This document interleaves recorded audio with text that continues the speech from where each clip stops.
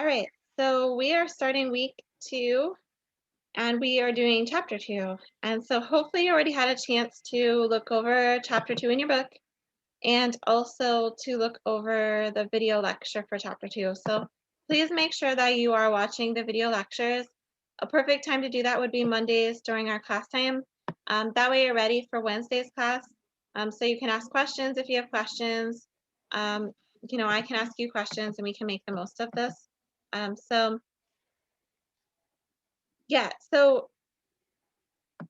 Mondays we are just meeting by appointment for those students that need help, whether it be online or face to face. And so make an appointment online or face to face to meet with me on Mondays.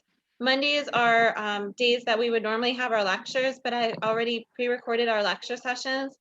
So really you would just be watching the lecture section and reading the book on Mondays during our class time. And if you have questions about that material, you can send me an email, we can set up an appointment and we can meet in person or we can meet online, depending on what you have questions with.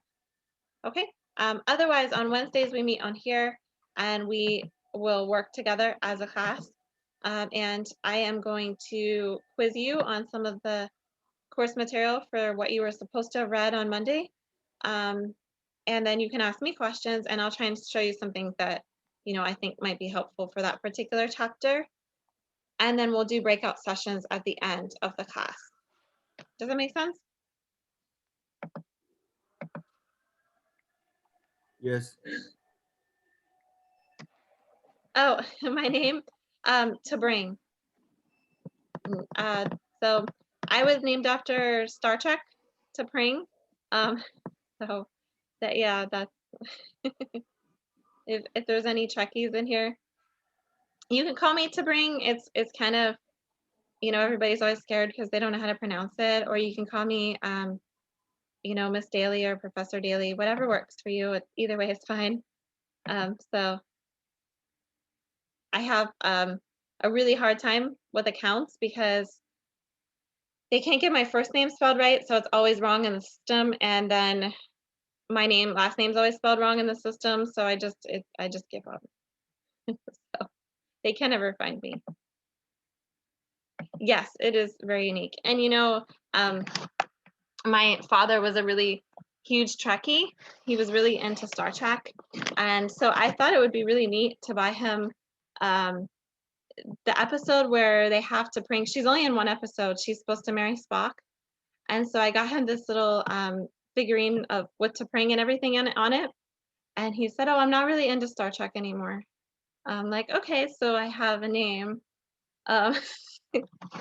from Star Trek, but he isn't really into that anymore. But I personally can agree with the whole account deal because some people pronounce my name weird too. Like some call it Dominique or they spell it with a K because there's way too many ways to spell Dominic. Yes, it's hard. It's kind of neat when you have a unique name, but then it makes it more difficult to do everyday things. So this was the old Star Trek that she was only in one episode. I'm not a big Trekkie, so I don't know much about it, but I did watch that episode. But yeah, that's where my name comes from. So good and bad. People can always find me. It's really easy for them to track me down. I don't know if that's good or bad. So that there's only one that I know of. So okay. All right. So I'm gonna pull up Kahoot here, and we're gonna play our Kahoot game. And this is gonna tell me if you have questions about the chapter as we go through, because we can talk about each of the different things. So it kind of gives me an idea of where you are. Let's see. So you can join on your computer or on your phone. It's loading our pin. All right. So you just do www.kahoot.it and then type in this game pin. And I'm going to shut this video off so you can see it's not on the video.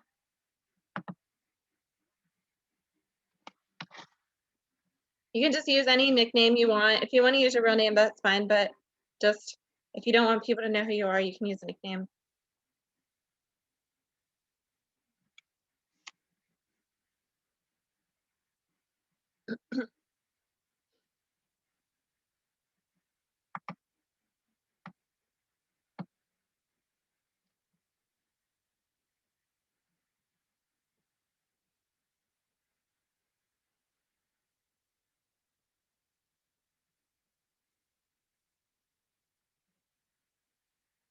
All kind of interesting names.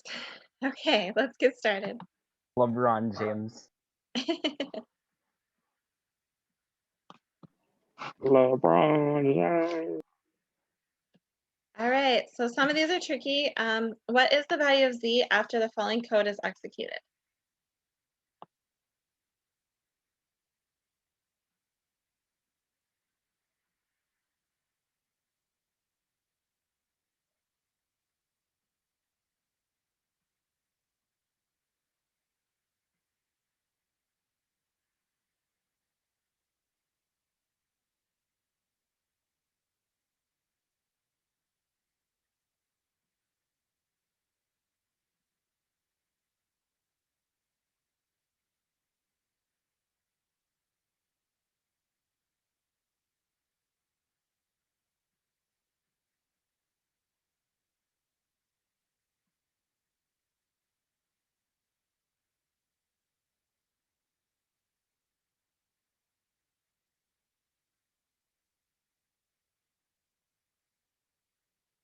Okay, so we got all kind of answers. Let's bring up the the problem and talk about it.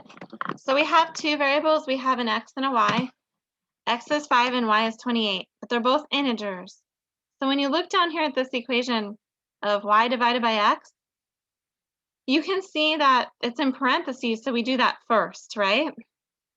So if you take y divided by x, and they're both whole numbers, what do you get when you divide 28 by 5? When you divide 28 by 5 in the end, because it's removing the remainder, you're getting only 5. Yes, yes.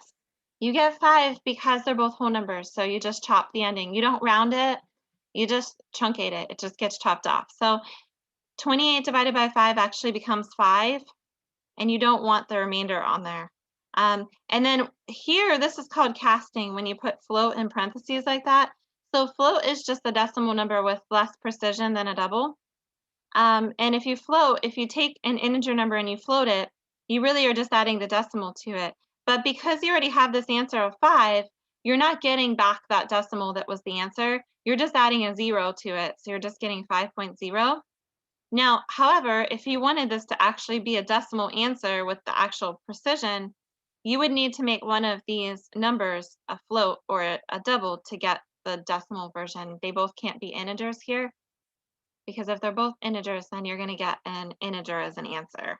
But then if you cast it, then it just makes it a decimal, but it doesn't change the original fact that the division caused an integer. I personally had an issue with integer division one time in C++. I was trying to make a program for class, and I accidentally forgot to change it from integer division to float division. So I kept getting 0%, and I was wondering, where'd all the percent go? Exactly. I know that always boggles people's mind if you if you end up with 0, it's like, wait, what happened? It's like, okay, something's wrong, right? Yeah, And that integer division always throws students for a loop. Hopefully, because you had some practice with it in C++, it's a little better this time. So a lot of this is going to be review, especially the arithmetic part of it. But the reason for doing this is just to test that, hey, I remember how I did that in C++, right? So it's kind of the same thing in Java. Does that make sense, everybody? makes sense to me. Yeah. Perfect. Okay.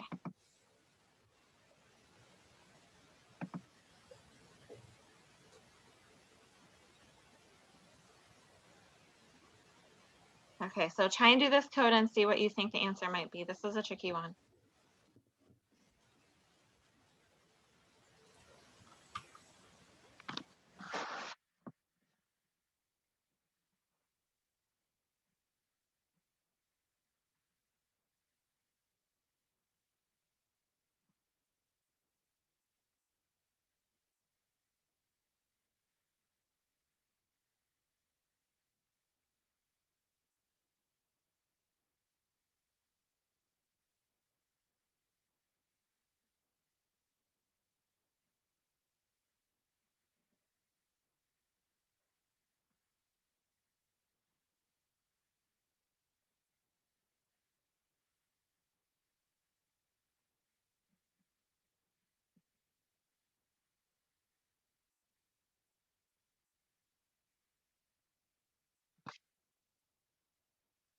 Okay, so we had a little trouble with this one, so let's take a look at it. This is a tricky one, and the reason why I put this in there is because I wanted to go over this. So I'm not sure if y'all remember what happens with pre and post incrementing, or if you even cover that in your C++.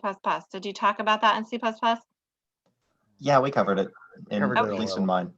Everybody covers things to a different extent in that class, I found out. So, okay. So if you don't have much practice with it, it's a little tougher. So you have A being 1. So what happens here when you try to assign A to B, when you do A++, you're not really changing A until after you assign it to B, because the plus, the post incrementing doesn't happen until after the assignment. So what happens is you're actually putting A, which is 1, into B. So B is actually 1. It gets assigned 1, and then it gets incremented to 2. A gets incremented to 2 after 1 is assigned to B. Do y'all see that? I never knew that that existed at all. It's very strange. I thought it did everything at the same time. That's why I thought it was like a command with that. Yeah, It was one of it's the really weird. keywords. So what happens is it makes a difference which one you use in certain situations. So if you were putting A++ on a line by itself with nothing else, or you put plus A on a line by itself, it wouldn't really matter, because A++ would become 1 more, and plus A would become 1 more. And because it's on a line by itself, it doesn't affect anything else. And so it doesn't make a difference which one you use. But when you're using it in a line with something else, it makes a difference, because here, when you're doing B, this is actually putting 1 into B and then incrementing A to become 1 more. So A is becoming 2, but it's not becoming 2 until after it assigned 1 to B. So it's really strange. And then this one, C, is actually incrementing A before it assigns it to C, because it's pre-incrementing. So it's going to take the 2 that A was from doing A++, add 1 more to it, become 3, and then assign it to C.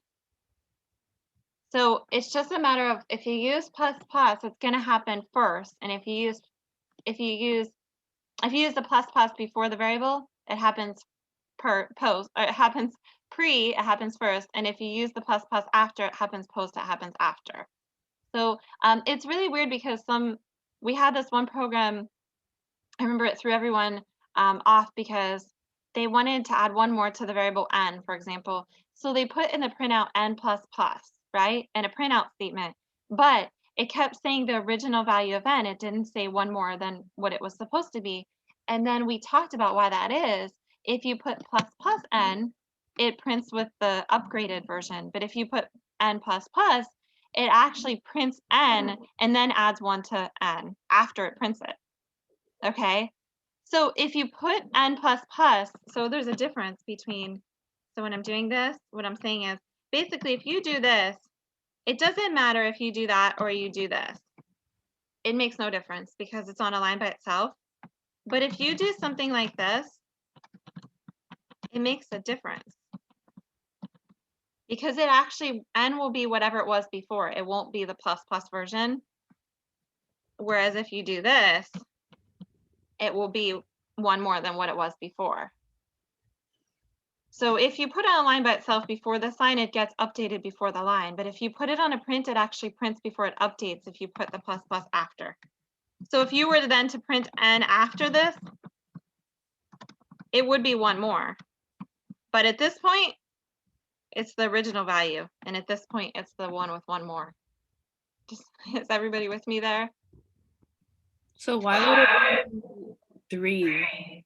Why would the first number be printed be 3? So good Because- question. Because it gets changed each time. A is actually getting changed. So when A++ happens, A actually becomes 2. And when plus A happens, it becomes 3. It doesn't stay, it's 1. It changes each time. I realized that was my big mistake. I realized the incrementation, so that's why I thought that it was B was 1 and C was 3, but I forgot that increments stay, so I completely missed the point. Yes, and I saw a lot of people chose that 1, 1, 3. So the C gets incremented, the B stays 1, and then you thought that the A stayed 1, right? Mm-hmm. But the A actually gets changed as well. Every time you do A++ or plus A, it actually changes A for good.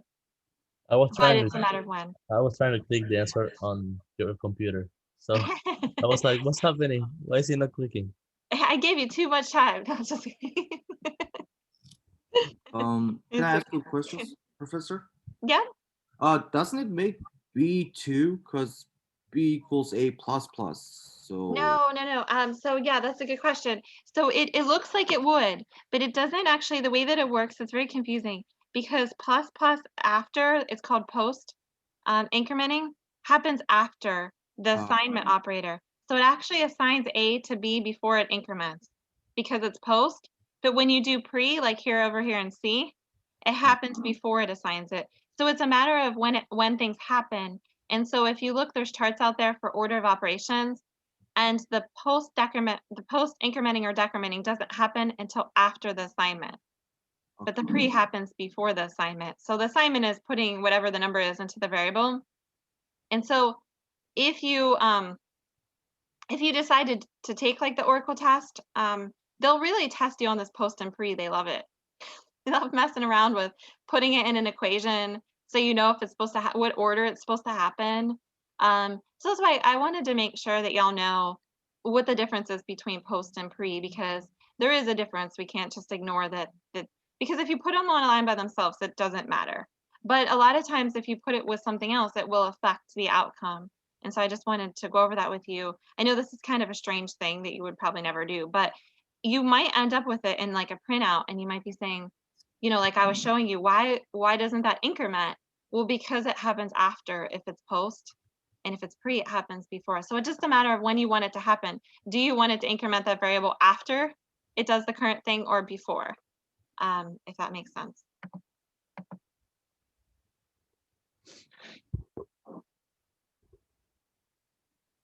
Why are there two pluses?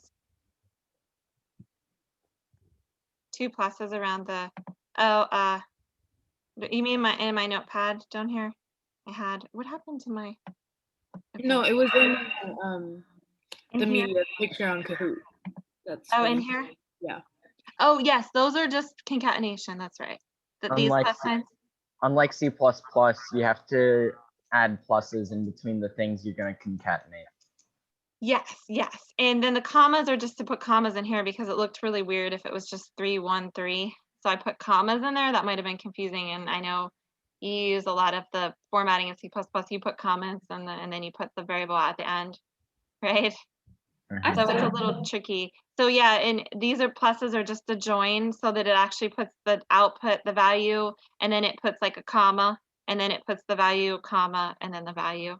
So it just looks formatted a little better. Yeah, that was probably tricky. But if I did put like a in parentheses here, put a plus plus or at the end or the beginning, then you have to worry again about whether it does it before or after the print line. So some things to kind of play around with that might be interesting is to just go to your online GDB or your Notepad or NetBeans or Eclipse, whatever you're using, and just try it. Just do like a print line, do plus plus at the end, at the beginning, do like equation with it in there and see what you guess what you think is going to happen and see what the answer is to see if it is what you thought it was going to be. Okay, is everybody okay with that pre and post? Mhm. Okay, so that was tricky. I put tricky ones in there just to make sure that we understand the rules, even though I know I might not get them the first time.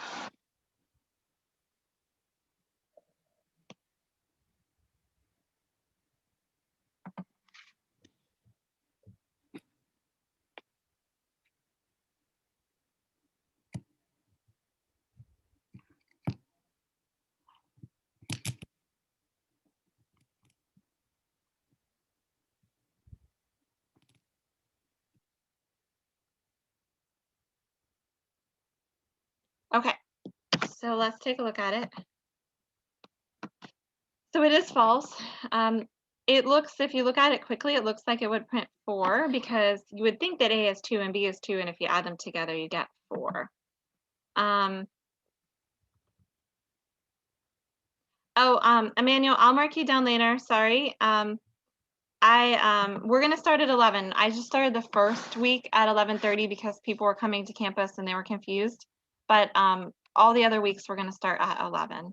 Sorry about that. I will mark you down though. Yes, and if you come in late, just put it in the chat room so I know you're here, so I can give you credit for being here. So no big deal, but just I would rather have you come than not come. So if you come late, that's fine. So what happens? Does anybody see a problem here with this? Why A is not 2? A isn't actually assigned to anything. It's just declared, and only B is given a value of 2. That is right. That's perfect. A is declared but not initialized. That's right. So when you go to print A, your compiler is going to have a problem with that because it doesn't have a value for A. So you're actually not going to get it compiled.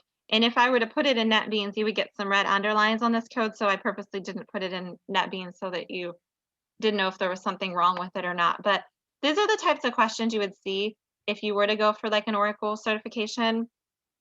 You have to know the rules that A is not initialized in this particular case. Just looks like it might be. It looks like it might, Java might give it the value of 2.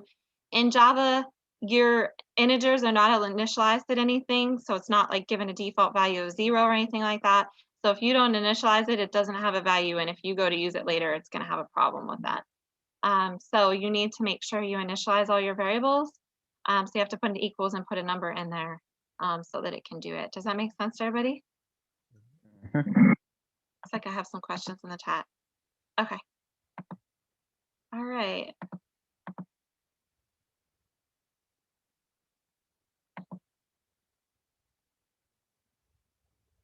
So which is the examples is the Java literal?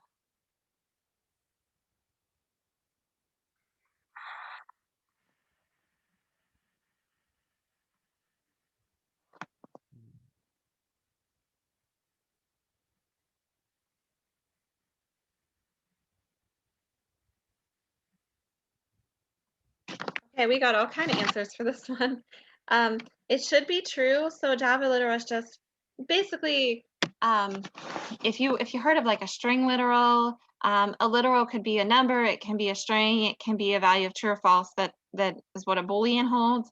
A literal is just your value that's given to your variables or that you're using for your output. Those are your literals. So true can be a value that you put for your Boolean variables. So final is for constants. Double is a data type that goes with your variables. And static, we're going to talk more about later in chapter 6. Static is used, it means it's not associated with an object. So we're going to talk about that later. But true should be the Java literal. Does that make sense? Okay. Which is a named storage location in computer's memory?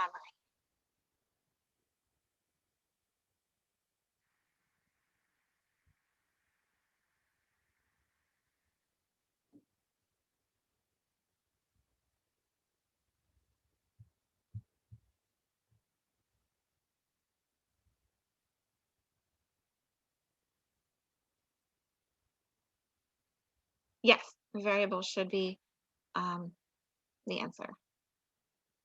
Okay.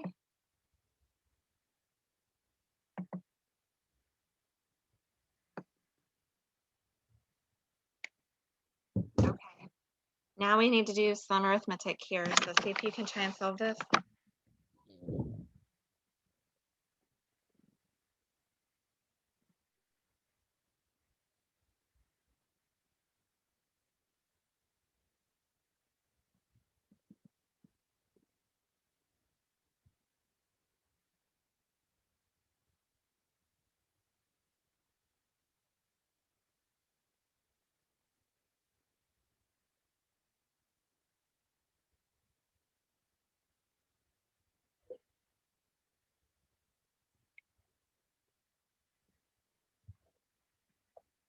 I had an issue with this recently, like in this week's exercises. What's that?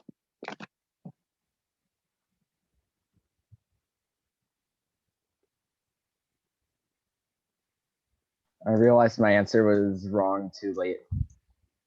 That's okay. So this is just practice. So as long as we're learning from it, that's good. So if you don't choose the answer the first time, as long as we understand what the real answer is and why, then that's all we care about. So Let me pull up Notepad here again.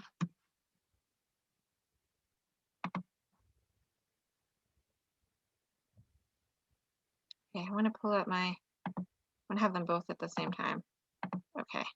All right, so I'm gonna write down my equation here and we're gonna try and solve it step by step. So Java just does two numbers at one time.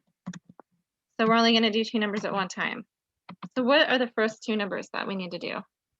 7 minus 1. 3 and 7.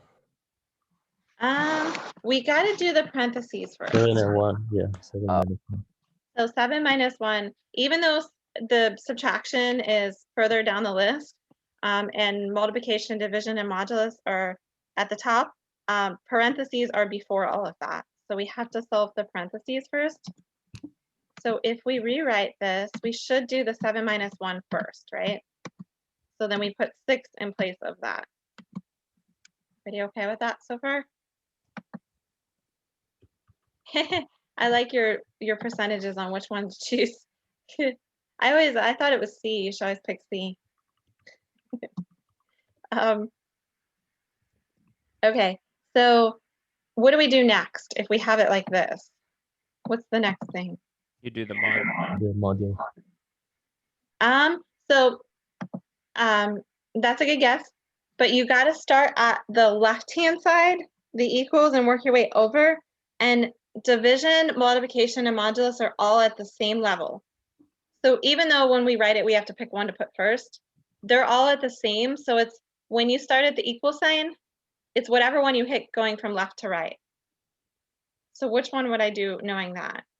You'd do the multiplication. Multiplication. So multiply 3 times 6, and then we simplify. So we do 5 times 18, and then modulus 2. Does that look better? 5 plus 18. Oh, yep, sorry, thank you. That wouldn't give me the same answer. Now, we can't do this yet because we have to solve this because this is at a higher level. Does that make sense? And modulus would return 0 because there is no remainder. That's exactly right. So if you divide 18 by 2, you get 9, and there's no remainder on that. So you get 0. So if you were to rewrite this, it would be 5 plus 0, right? And then, of course, if you simplify that, and then you just have to make sure that whatever answer you get here is compatible with whatever data type you have here, which it is. And so 5 gets assigned to the value of y. So it should be 5. Does that make sense to everybody? Mm-hmm. Okay, now you have sorry, go ahead. I had a quick question about the previous problem, actually. Yeah, I can go back. About the named location in memory. I get that variable is, but isn't technically a constant also a named variable location, or is that different? It is, yes, it is. But I wanted like the more, because the variable includes more general. Right. Makes Yes, sense. yes, they could both. If you were allowed to pick 2, they could both be right. Just double checking. Yeah. No, I was thinking about that one. It was going that technically a constant, final variable is also named location in memory. Okay, so so does that make sense to everybody? Mm-hmm. Wait, I have a question about the modulus. Yes. So whenever you use that operation, it's always going to be 0. No, it just divides the two numbers and whatever the remainder is. So if it was 19 modulus 2, the answer would be 1, because if you divide 2 into 19, there's a remainder of 1 because it doesn't divide evenly. So if it divides evenly, then the answer is 0. But if it doesn't divide evenly, then whatever's left is what the answer is. Okay.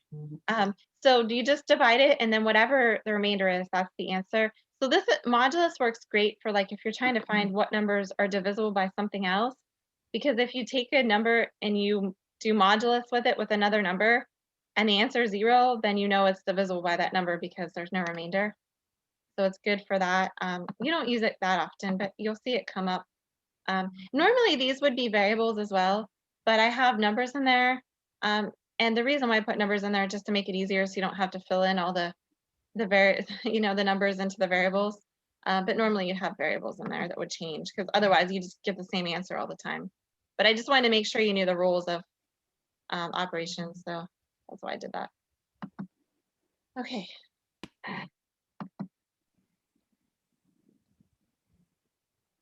So we have the following code. What will be the result?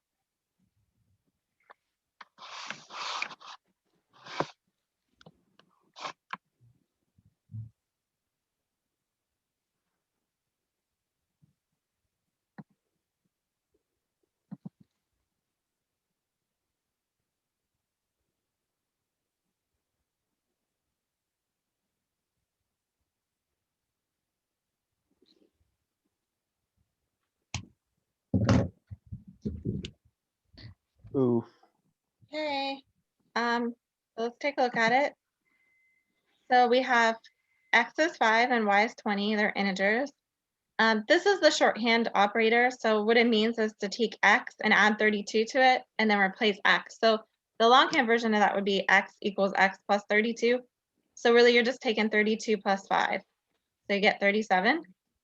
And then y, the division sign equals 4, is really just saying y equals y divided by 4. So just take whatever y was, which is 20, divide by 4, you get 5, and then put it back into y. And then this down here is just a way to print it so that it says x equals, and then whatever x is, and y equals, and whatever y is equals. So it should say 37 and 5. Does that make sense to everybody? I think I have some questions on the chat. Oh, sorry. Not enough time. Is everybody okay with that now? Does that make sense? Mm. Okay.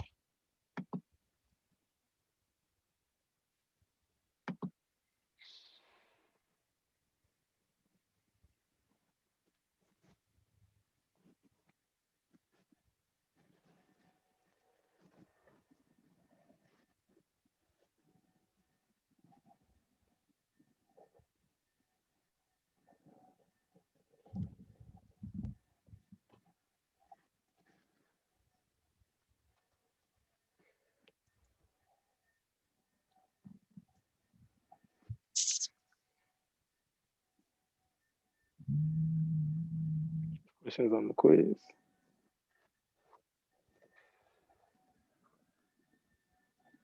Yeah, that's right.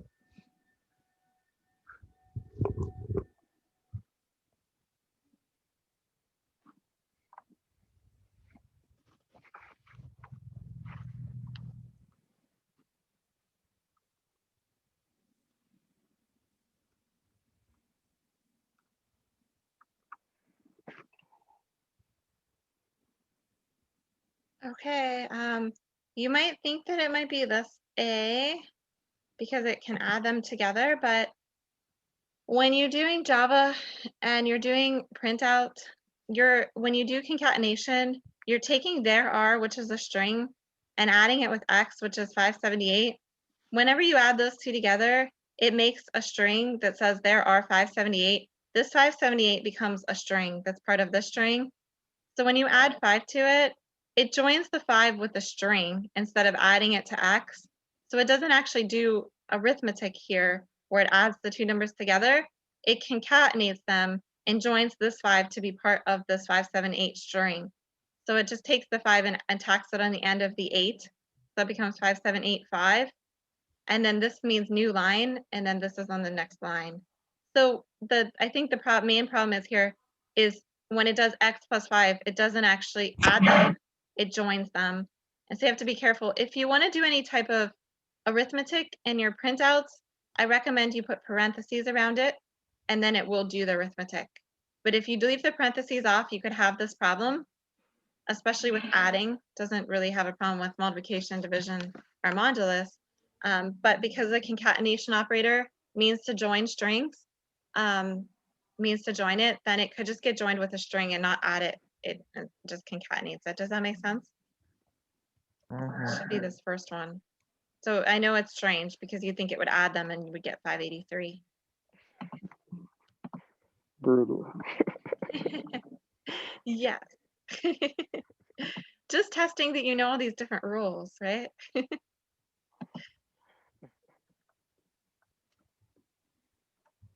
What is the remote of this one? Okay, last one.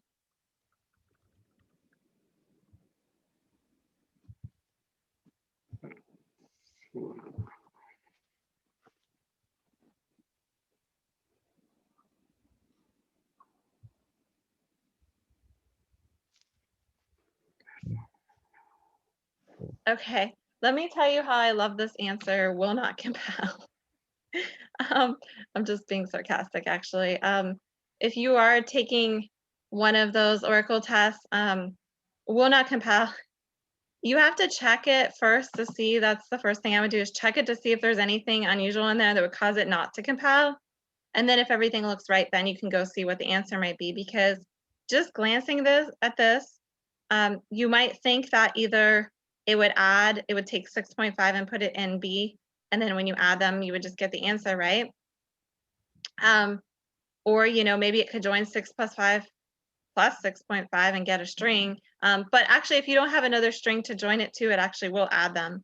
But if you're joining it to another string, it will actually join and it will become a string. But what's the problem with this? It actually will not compile. Why won't it compile? You can't put a Because you double can't into store an a int. double in an int. Yes, you can't. You can't take a double, which is 6.5, and put it in an int because it's too big to do that. And so Java has a problem with that. So what you can do is this exact same thing the other way around. So let me show you, bring back my problem here. If you want to do this, you would want to do something like this. Oops, let me put the exact same thing that's written there. If you really want to put A into B, then you have to cast it first so that it's an integer, and then you can put it, and then you can print it, and it would be fine. So that works if you want to do that. If you're doing the reverse, let's say that this was an int, and let's just say it was 6, and then this was a double. Okay, would that work? Yep. Would it? Yes. Yes, it does. It just makes it 6.0. So you can take an integer and put it in a double, but you can't put a double in an integer. The reason is because a double takes up 64 bits, and an integer takes up 32. So you can't take something that's 64 and put it in 32, but you can take something that's 32 and put it in 64. So just think like, okay, I have all this food I need to store in a container. Would you rather have a container that's too big or one that's too small? Because if you have one that's too small, you're gonna have problems, right? It's always better to have too much than to not have enough, right? So if you think about it that way, think integer small and doubles large. So integer can get saved in a double, but you can't do the reverse because a double takes up too much space, and so it can't get forced into an int unless you cast it and force it to be an int. And if you cast it, it actually just chops the decimal off. So if you were to cast that A, it would just become 6. It doesn't round, it just chops. Does that make sense to everybody? Any questions? Okay, let's see the result.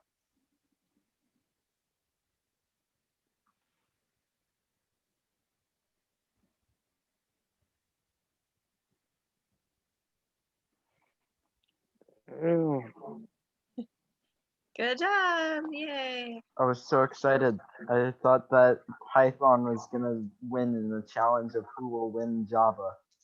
It would have been funny. All right, good job. All right, so some of those were kind of challenging, but it gives me a chance to talk about some things with you so that you know about some tricky things you might run into. If I make all the problems really easy, then we don't really get to challenge ourselves to do better, and to get better. I was just talking with my daughter the other day about this. She was saying she really hates to lose, and so she has a really hard time with she won't try things, but she might lose that.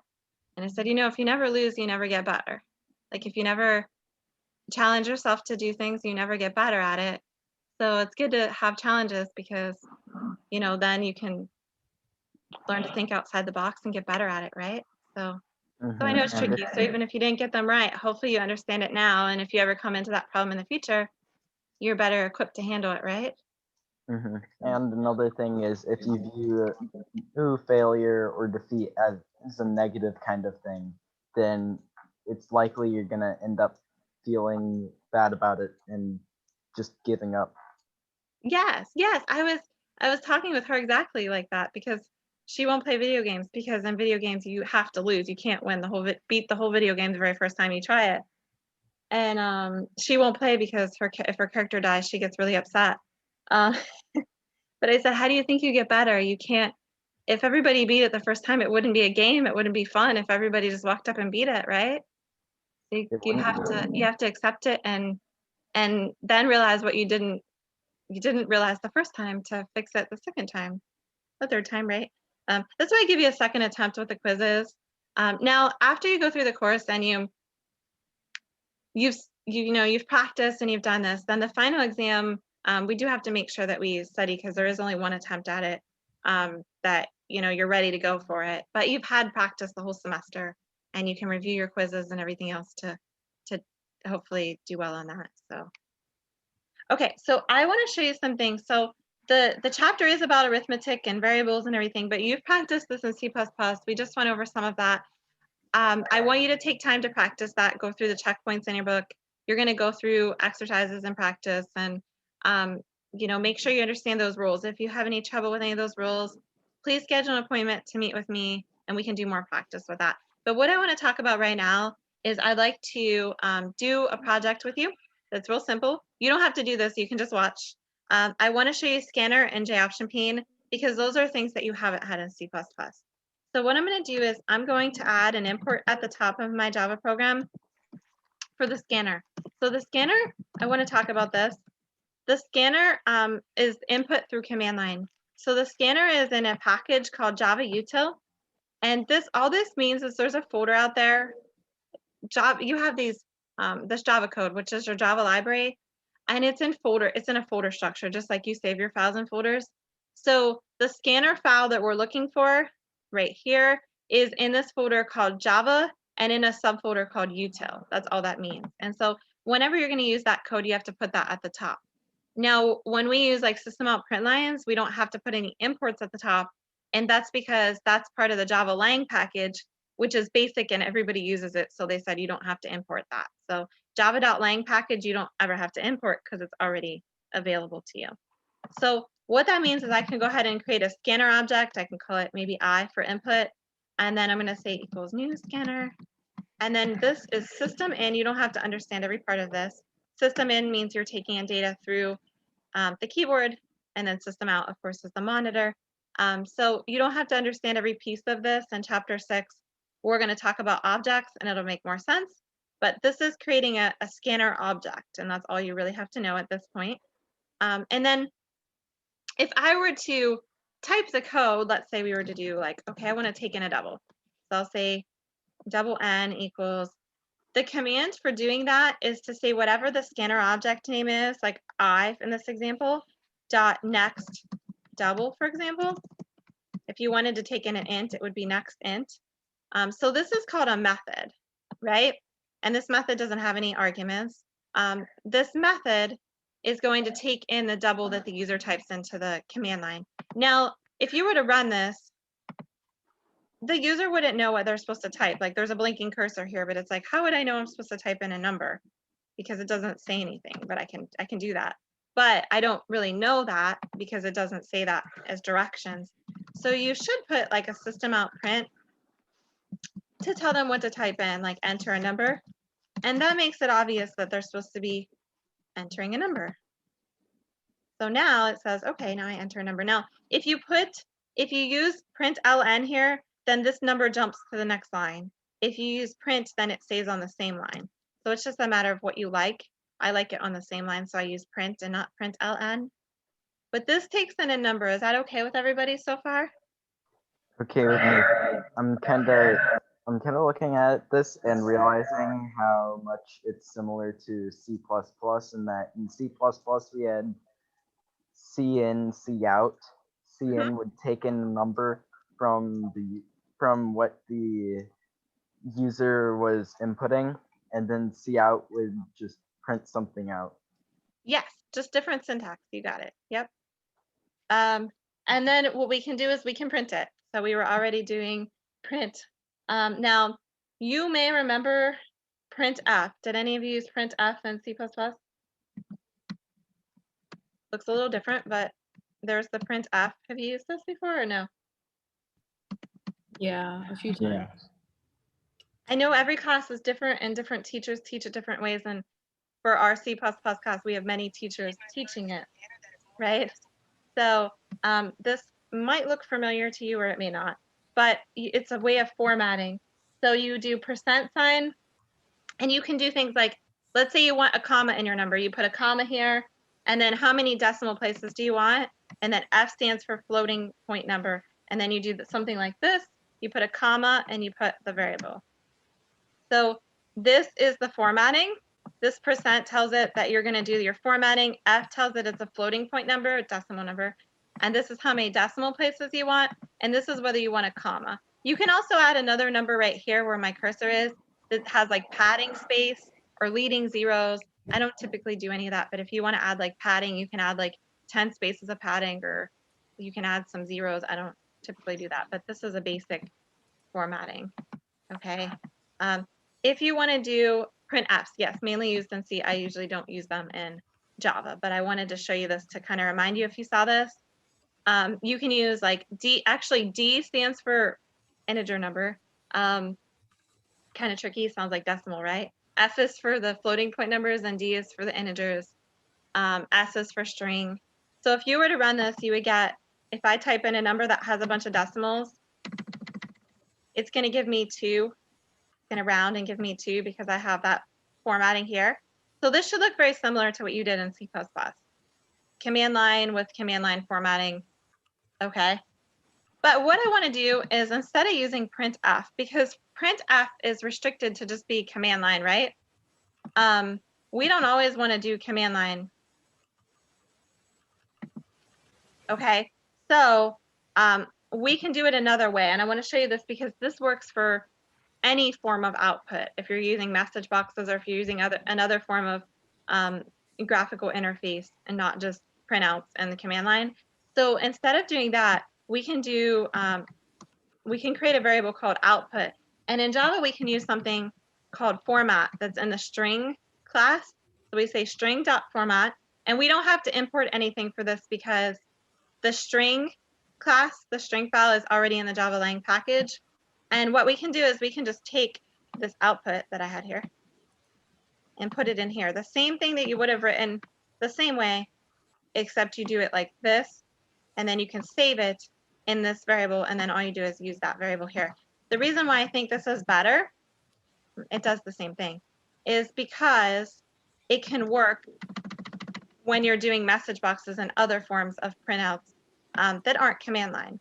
Okay, so it does the same thing, but this is more versatile because this output can then be used in any form of output. It doesn't have to be printf, is just specifically for command line. So if I change this to print line, or I change it to something else in the future, it will still work. Is everybody following so far? So far, so good. Excuse me. Could you please repeat the format part? The format, yeah, so it's the same. This is the same formatting I had for printf. If you use that in C++, it should be familiar. I had it down here in a printf, but the problem with printf is it only works for command line. If we want to do some other graphical interface, that doesn't really work. So if you use string.format and you save that formatting, that same formatting, you put it in a variable, then you can use that variable in whatever form of output you have. It doesn't have to be command line. So it's nice because it's more versatile. And this isn't in chapter 2 of your book. It's actually in chapter 3, the string format that I'm talking about here. All of that can be found starting at page 160. It's just a couple pages long. I have no idea. I know everybody has their own organization. But if I were organizing it, I would put the formatting with the message boxes and with the output part, which is in chapter 2. I don't know why they have it in chapter 3 with the conditionals, and so I wanted to talk about it this week because I think we have enough next week. We have conditionals and loops to talk about. And I think if we're talking about output and we're talking about input, we should also talk about formatting. So I wanted to talk about it this week, even though it's actually not until the next chapter. So this is one way to do it. And if you want to read more about string format, it's in chapter 3 on page 160. But it's pretty easy to use because if you used it in C++, it's very similar, the formatting of it. But I want to talk about message boxes because that is in chapter 2. Okay? So what if we didn't want to do this all in command line? What if we wanted to do a message box? So we do a separate import for that. So J option pane is the class. This is the class name, also called the file. And then this is the package, Java X.swing. So Java X is a folder, swing is a folder, and this file is located inside of that folder structure, that package. Okay? So don't worry in NetBeans when it underlines things in yellow. That just means you haven't used it yet. Okay, so what I'm going to do is I'm going to actually comment this out because I'm not using this anymore. Okay, now I'm going to comment all these lines out. I know it's going to be upset with me, but bear with me. We're going to do a message box. Okay, that's going to take in input. So we're going to do show input dialog. Okay, and then we're going to say something like enter a number, just like we did before. Okay, this is the same message I had up here with the system out print line I have here. And this is just a method that displays a box on the screen that allows you to type in data. Okay, this is a class that has that method. And then what happens is in C++, hopefully you talked about functions that return and avoid functions. You remember that?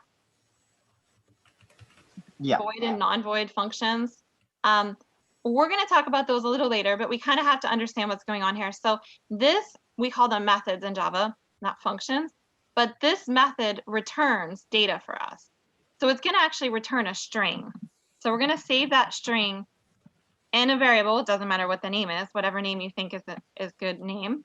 I'm going to call it input. And you're probably saying, what if I want that number that comes back to be a double or an int? I don't want it to be a string, because you may already be thinking strings create problems if you want to put them in equations, right? So a number can be a string, but a number that's a string can't go in an equation, because Java works with strings differently than it works with numbers. Like an integer is a primitive that it can do arithmetic on. Same thing with double. But it doesn't do arithmetic on strings. They're represented differently in a computer. It's actually a different binary representation and a string and an integer and a double. Okay, so you can't have strings in your equation. But if I try and make this a double, it's going to complain. It's going to say, no, this method actually gives you a string, not a double. So you cannot have it be a double. So what you have to do is an extra line of code here to make it work. You have to actually convert it. So I'm going to call this n for number, just like I did up here. And then I'm going to do the conversion. So double.parse double is how we convert it. And then we convert our input variables. So let me talk a little bit about this. There's actually a class out there called double, a file out there called double, class and file, same thing. Method is parse double. So that's the action we're trying to do. Parse double just means we're going to parse a string to be a double. So what's the name of the string? It's input. So input's going to get parsed to be a double. It's going to get converted to be a double. And then we're going to save it in this variable n. So this method is a method that returns a double for you. Okay? So we're going to save it in the n variable. And then all of this can stay the same for now. This part is just, you know, getting the input from the user. We just had to do an extra line of work because we have to do the conversion here. And so I can run that just to show you what it looks like. Here's where I enter my number. And then here it tells me that that is the output, okay? If you want to, you can condense this. You don't have to have a variable, but then the variable we're going to use for output and everything, so it makes it easier. So I don't like to do input through a message box and then output through command line. I think if you do input through message box, you should do output through message box, and if you do input through, you know, command line, you should do output through command line. Just stay consistent with it. So instead of doing this print line here, I'm going to use that same output that I have up there, except I'm going to use the message box. So the way to do that is show message dialog. And then I want to show you something. You would think I just put output here and I would be done. We're going to add another argument on there I want to talk to you about, and I want to explain that in just a second. So this is the class name, option pane. This is the method. This method is a void method. It doesn't return anything. That's why I don't have a variable over here that I'm saving the data into, because it's not giving me any data. It's a void method. This is what I want to print in the message box. And so how I want to print it is written up here. This is where it's formatted. But this, what does this mean? Null. Do you know what the word null means? Does anybody remember? Heard that Basically word? empty. Yes, yes. Okay, good. So you may have heard that word in C++ or in everyday life, like null and void or something like that.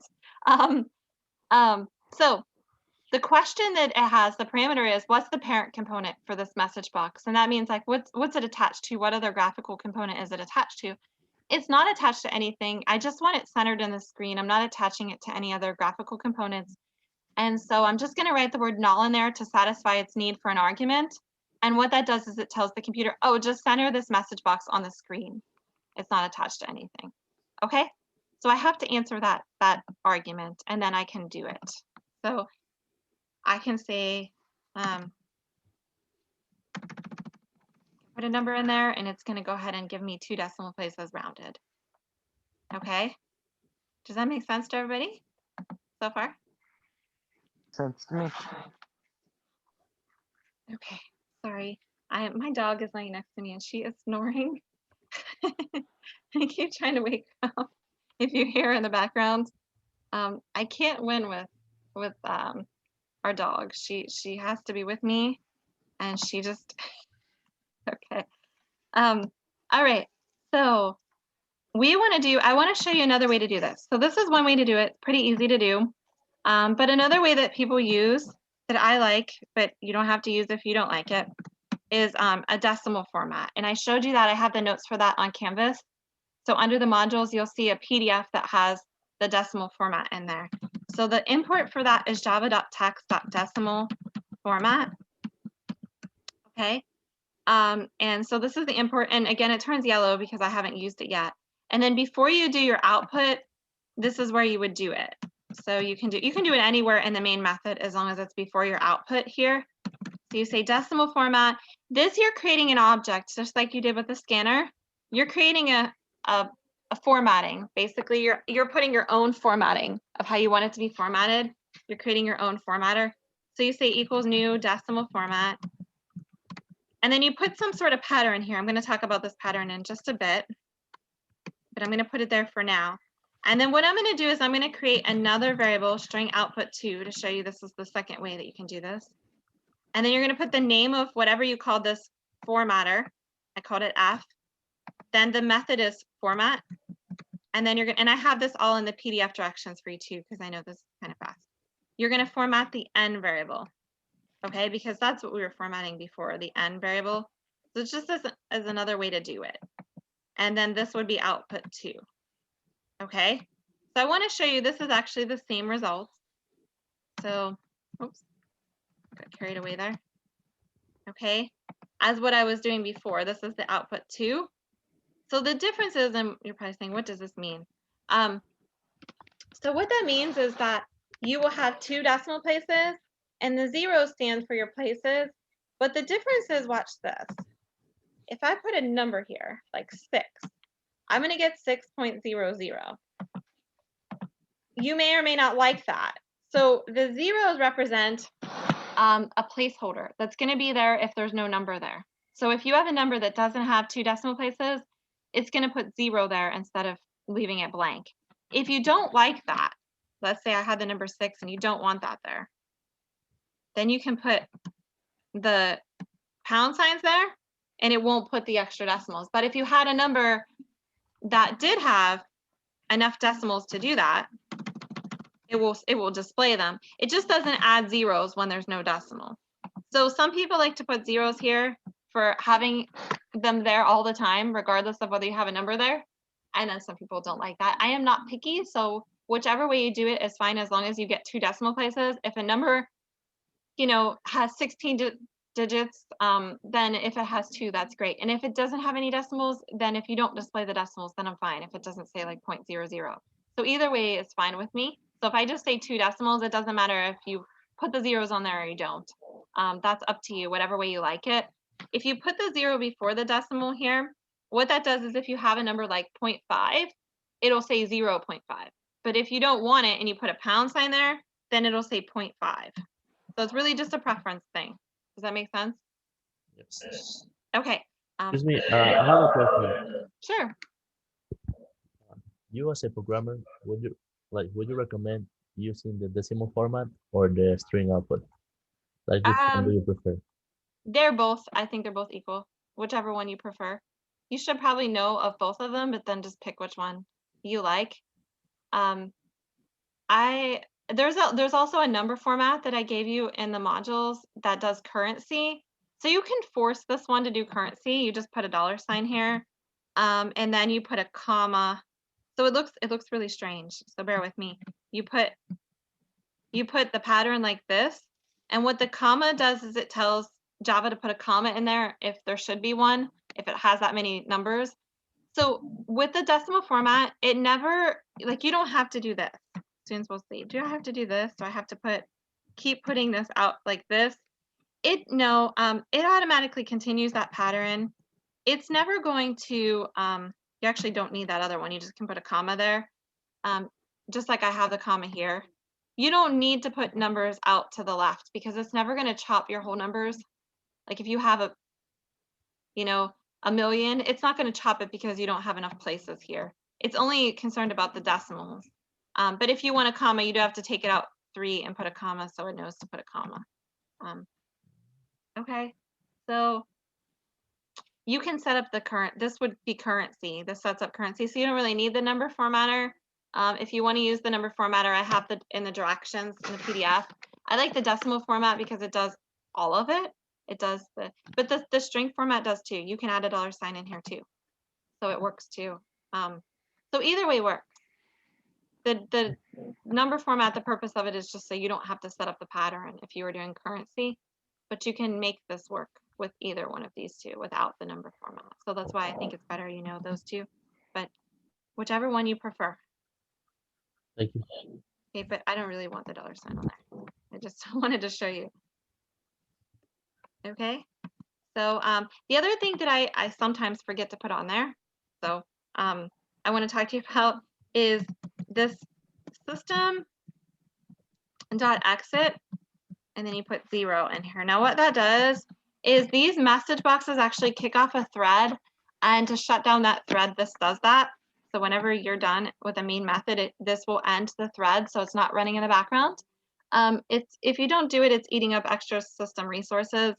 If you're doing like scanner and command line, you don't have to do that. But if you're doing message boxes, then you want to do the system exit at the end, so it ends those threads. Okay, but if you forget, it's not a huge deal, but you will be eating up some extra resources. And it'd be nice to put that in there. I wanted to make an observation for anyone who would like to know. Say that again. I wanted to make an observation for anyone who would like to know. Yes. This formatting we did rounds up the number, like the decimal, they round it up to the next decimal number. So Yes, it does. Yes, it does. So, and if you want to use the decimal format or you want to use the string format, they both work the same. So whichever one you prefer, whichever one you think is easier, use that one. But no, the other one exists, I guess. So what I want to do with you is I want to do our breakout sessions. So I'm going to bring up my directions here and go over this with you. And then I'm going to split you into rooms, and then we'll come back, we'll reconvene and talk about it. But I'll pop into each of the breakout rooms and check on you to see how you're doing. So remember, somebody has to kind of take lead and share their screen and, you know, do the coding, but everybody in the group is supposed to be helping with it. I recommend that you don't use the online GDB for this because it doesn't work well with the message boxes. But if you want to use Notepad, and if you have the JDK, you can do that. Or if you want to use NetBeans or Eclipse, you can do that. So pick somebody in the group that has one of those that can do it, because it'll be easier for you. So what I want you to do is I want you to convert Fahrenheit to Celsius. So pretty simple equation. You may have done this in the past. I know I've done the other way with my students that I had in the past, but we're going to do Fahrenheit to Celsius. What I want you to do is take an input from the user. You can use Scanner or JAptionPane, whichever one you want to use, but stay consistent. If you choose to use Scanner, then do the output with Printline. And if you choose to use the JAptionPane for input, do the output with JAptionPane. So just stay consistent with it.